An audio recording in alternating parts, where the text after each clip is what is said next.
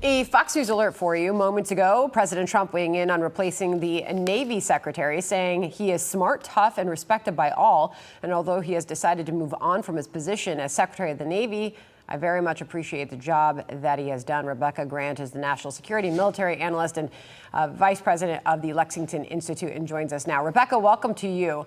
What is your takeaway from this, and what does this mean for our current situation?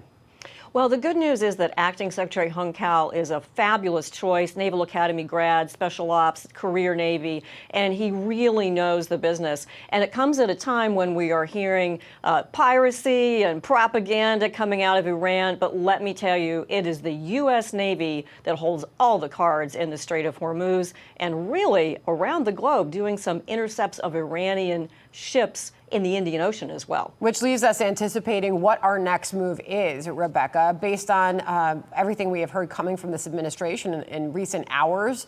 What do you see happening next? Well, the latest, of course, is, I think, a good change of the rules of engagement, and that is President Trump enabling Admiral Cooper to tell the ships in the Strait, hey, if you come across these Iranian fast boats and they're making trouble, you can fire on them. So that does two things. That means the blockade is going to continue very strongly, and then it shows us all that, hey, the U.S. Navy can do this day and night. They're the ones that have the control of the Strait, and it's going to increase the pressure on Iran. I really like what I'm seeing. That's encouraging. Rebecca, I want to play this out for you and get your reaction to retired Rear Admiral Kenneth Braithwaite, the former Secretary of the Navy, on critical geopolitical importance of maritime choke points, saying there's nothing more important than these sea lanes. Listen. There's nothing more important than controlling the sea lanes. It's where all the commerce flows. Of course, we're seeing that in the Straits with over 20% of the world's oil supply being cut off. Armies win wars, but navies prevent them. And so the effort towards shipbuilding today has to be an all-hands effort. You know, as many different turns and different directions this war goes in, it all comes back to those critical lanes in all of this, Rebecca. And take the long view. Control of the Strait of Hormuz is a top geopolitical prize. Our U.S. Navy is able to operate there with our joint forces because of what was done during Operation Epic Fury to take out Iranian Navy, anti-ship cruise missiles, their vessels, submarines, etc.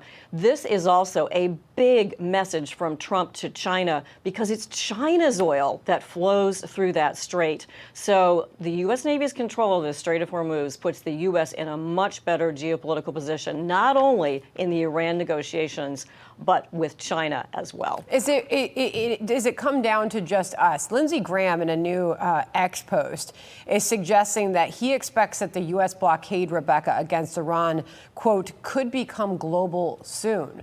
So will we see this get bigger?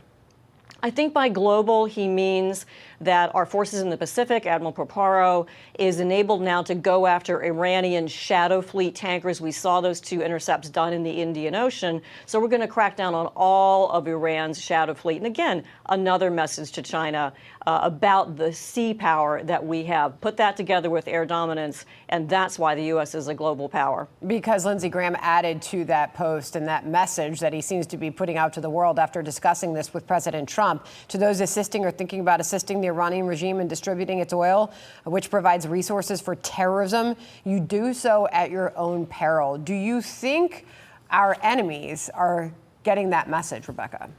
Oh, I think Xi Jinping in China is seeing this loud and clear. And I think what the senator's referring to is we don't want to see any more cargoes of chemicals to make missile fuel going into Iran. We don't want to see Iran tapping any Chinese satellite data. We don't want to see China did so much damage by buying Iran's oil. And this crackdown on Iran, on China, is really resetting the chessboard, and I like that a lot. Always great to get your analysis, Rebecca. Thank you very much for being here. All right, John?